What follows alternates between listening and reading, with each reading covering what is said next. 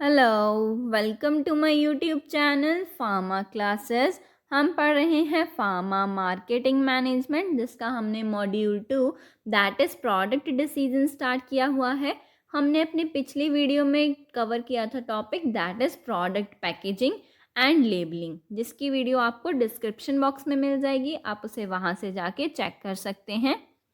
आज हम अपना लास्ट टॉपिक इस मॉड्यूल का that is product management in pharmaceutical industry को कवर करेंगे। उससे पहले ऐसी ही वीडियोस को देखने के लिए please subscribe my channel and press the bell icon so that आपको इम्पॉर्टेंट वीडियोस की नोटिफिकेशन सबसे पहले मिल सके। स्टार्ट करते हैं with the last topic that is product management in pharmaceutical industries.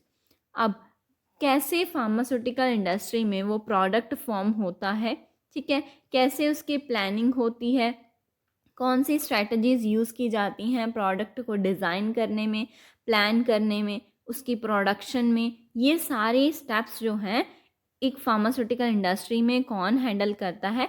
Product manager, जो क्या है प्रोडक्ट को मैनेज करने के लिए हेल्प करता है only in the pharmaceutical industries. ठीक है, अब in pharmaceutical industry product management plays a crucial role in as it relates to both companies product marketing strategies and its implementation।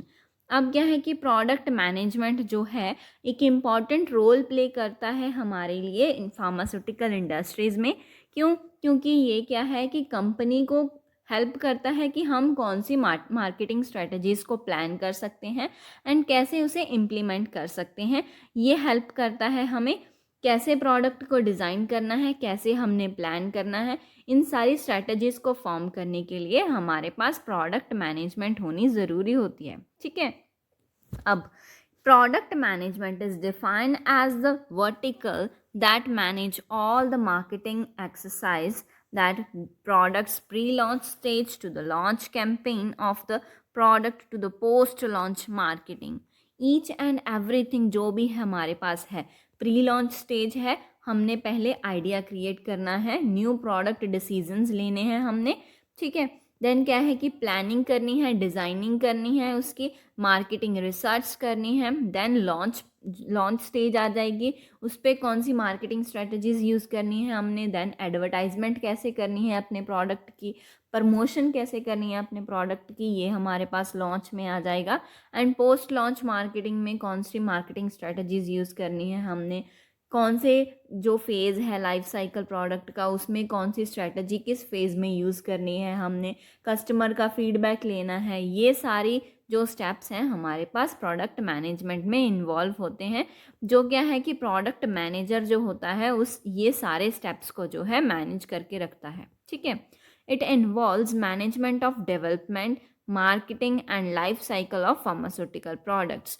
यही है, प्री लॉन्च में क्या आ गया हमारे पास, डेवलपमेंट, देन जो हम लॉन्च करेंगे, देन मार्केटिंग कैसे करनी है, एंड पोस्ट लॉन्च में हम देखेंगे कि कैसे उसकी लाइफ साइकिल में कौन सा हमने स्ट्रेटजी को यूज़ करना है, किस लाइफ साइकिल में हमने, किस स्टेज में हमने क्या है कि अपने प्रोडक्ट को उसमें मॉडिफिकेशंस करनी है सो दैट हमारा प्रोडक्ट लाइफ साइकिल में बना रहे। ये सारी स्ट्रेटजीज़ जो मैनेज करेंगे उसमें आ जाता है, किस में आएगा, ये प्रोडक्ट मैनेजमेंट में। ठीक है, देन आ गया हमारे पास की रिस्पॉन्सिबिलिटीज़ क्या है हमारे पास प्रोडक्ट मैनेजर की, अगर उसने मैनेज करना है सारी ये एक्टिविटीज़ जो भी हमने पढ़ी हैं, प्री लॉन्च की एंड पोस्ट लॉन्च की सारी एक्टिविटीज़ को अगर मैनेज करना है तो कौन कौन सी रिस्पॉन्सिबिलिटीज़ एक प्रोडक्ट मैनेजर की होंगी वो डिस्कस करते हैं। फर्स्ट है हमारे पास product development. Okay, product manager work with R&D to identify new product opportunities, conduct market research and oversee the development of new drug or treatment. This ensure that the products are tested and approved by regulatory agencies before they are brought to the market। अब क्या है इसमें कि product manager जो है कि वो क्या है कि कंटिन्यूसली R&D के कांटेक्ट में रहेगा। ठीक है, कोई भी उसे R&D से इंफॉर्मेशन मिलती है कि कोई न्यू प्रोडक्ट अपॉर्चुनिटी है या कोई न्यू आइडिया उसे मिल रहा है, देन क्या है कि वो उसे प्रोडक्ट को प्लान करने में एंड डिज़ाइन करने में यूज़ कर सकता है, ठीक है। देन क्या है कि उसने मार्केट रिसर्च को कंडक्ट करवाना है, जिसमें क्या है कि आपको पता लगेगा कि आपका कस्टमर कौन है, आपकी मार्केट कैसी है, कहाँ पे आपकी मार्केट ज़्यादा है एंड कस्टमर्स का क्या फीडबैक है, ये सारा मार्केट रिसर्च में आ जाएगा। एंड क्या है कि उसने देखना है कि कैसे उनके न्यू ड्रग्स की, न्यू ट्रीटमेंट की डेवलपमेंट कैसे हो रही है, उसका ग्रोथ फेज़ कैसे चल रहा है, ठीक है ना। ये सारी जो भी एक्टिविटीज़ हैं वो प्रोडक्ट डेवलपमेंट में आ जाएंगी। उसने ये भी इंश्योर करना है प्रोडक्ट मैनेजर ने कि जो भी वो प्रोडक्ट फॉर्म कर रहे हैं सबसे पहले वो टेस्टेड होना चाहिए, ठीक है ना। उसकी क्वालिटेटिव एंड क्वांटिटेटिव एनालिसिस हुई हुई होनी चाहिए। देन क्या है कि वो अप्रूव्ड होना चाहिए रेगुलेटरी एजेंसीज, जो कि फार्मास्यूटिकल इंडस्ट्रीज़ के लिए मेनली FDA इंडस्ट्रीज़ होती हैं, ठीक है। वो FDA से क्या है कि वो अप्रूव्ड होना चाहिए। जो भी उसे रेगुलेशंस हैं, उसके गाइडलाइंस हैं, उसके अकॉर्डिंगली क्या हमारा प्रोडक्ट जो है वो बना है, क्या वैसा ही है जैसा हमारे पास रूल्स एंड गाइडलाइंस में बताया गया है। ये सारा इंश्योर करना भी एक प्रोडक्ट मैनेजर का ही वर्क होता है, ठीक है। देन हम आ गया second point, that is marketing. अब क्या है कि managers are also responsible for creating marketing strategies that promote the benefits of their products to health care providers and patients. This includes identifying target audience, creating messages and developing promotional materials. अब जो product manager है वो marketing में कैसे help करता है, उसने पहले तो क्या है कि R&D से देखना है कि हाँ कौन कौन सी उसे न्यू डेवलपमेंट या अपॉर्चुनिटीज़ आ रही हैं उसे, ठीक है ना। देन क्या है कि उसने उसके लिए स्ट्रेटजीज़ फॉर्म करनी है। अगर उसका प्रोडक्ट फॉर्म हो चुका है, अगर वो उसे लॉन्च करेगा मार्केट में, तो कौन सी स्ट्रेटजीज़ उसने यूज़ करनी है एंड कौन से लाइफ साइकिल के फेज़ में उसने कौन सी स्ट्रेटजी को यूज़ करना है। जैसे ग्रोथ फेज़ में कौन सी स्ट्रेटजी को यूज़ करना है, अगर वो डिक्लाइन फेज़ में आ गया है देन कौन सी स्ट्रेटजी को यूज़ करना है। ये सारी स्ट्रेटजीज़ जो हैं वो उसने क्रिएट करनी है कि हम कैसे कर सकते हैं एंड कौन सी स्ट्रेटजी कब यूज़ होगी। ये सारे जो रिस्पॉन्सिबिलिटीज़ हैं वो मैनेजर की भी होती हैं, ठीक है ना। सो दैट ये सारी स्ट्रेटजीज़ क्यों अप्लाई की जा रही हैं, सो दैट क्या है कि प्रोडक्ट जो है उनके बेनिफिट्स जो है उनके हेल्थ केयर प्रोवाइडर्स को एंड पेशेंट्स को प्रोवाइड किए जा सकें। दैट्स वाई हम क्या है कि मार्केटिंग स्ट्रेटजीज़ को अप्लाई करते हैं।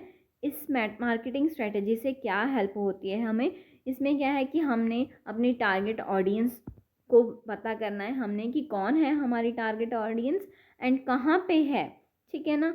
देन क्या है कि हमने मैसेज क्रिएट करना है, जो भी हमने प्रमोशनल एडवर्टाइजमेंट्स के थ्रू हमने उनको देना है कस्टमर्स को, वो मैसेज हम क्रिएट करेंगे। देन हम जो भी प्रमोशनल मटेरियल होगा या टेक्निक होगी उसे डेवलप करेंगे कि हमने एडवर्टाइजमेंट के थ्रू अपनी प्रमोशन करनी है या हमने टीवी के थ्रू करनी है या रेडियो के थ्रू करनी है। ये उन पे डिपेंड होता है, दैट इज़ प्रोडक्ट मैनेजर के ऊपर डिपेंड होगा, ठीक है। देन आ गया हमारे पास sales. Product manager work with sales team to ensure that the product are efficiently promoted and sold to healthcare providers and pharmacies. They may also work with distribution partners to ensure that the products are available in right location. अब sales में कैसे help करता है product manager.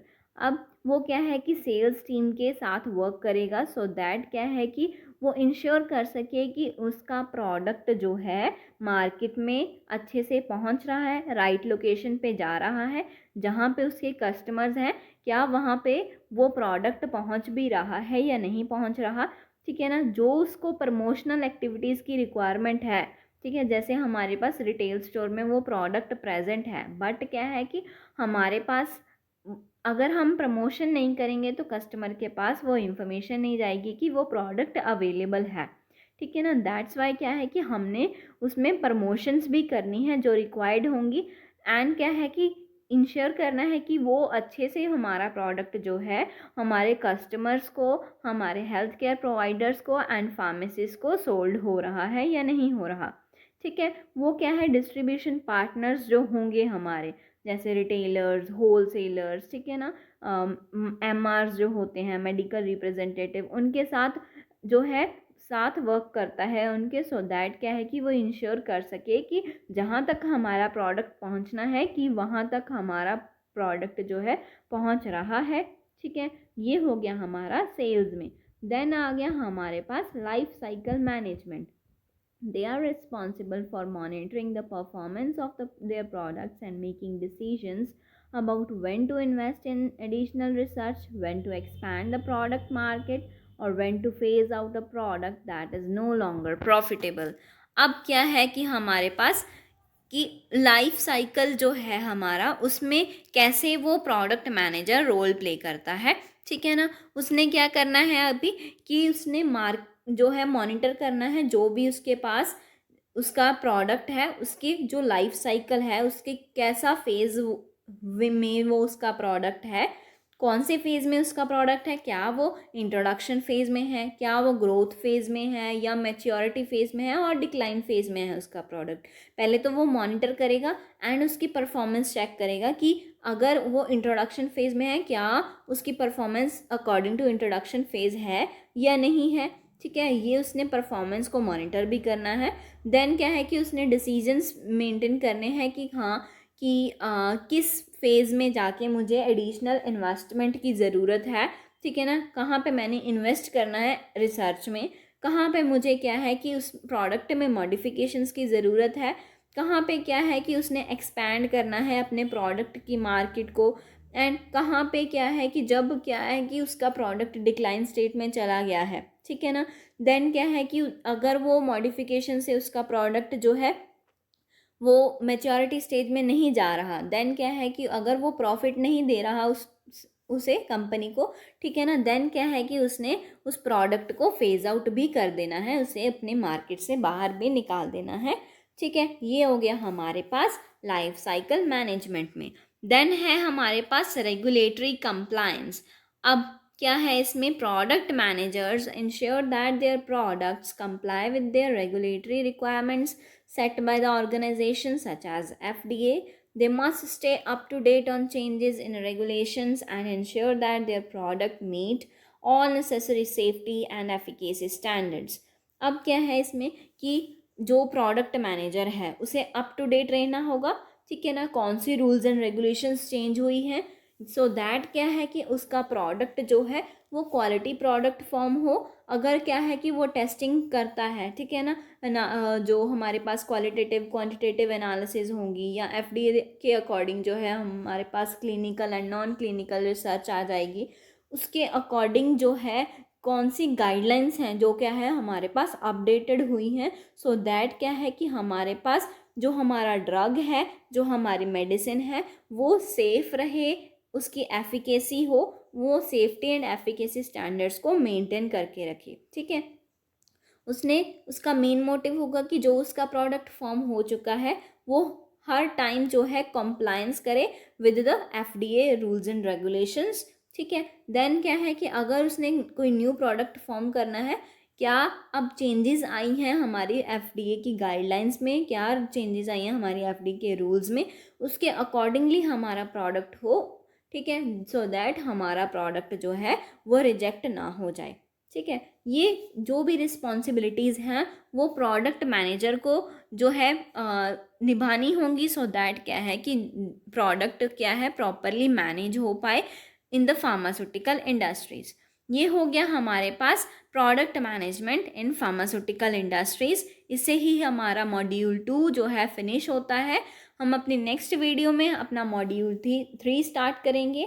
So thank you for watching this video. Please like the video, subscribe the channel and press the bell icon. Thank you.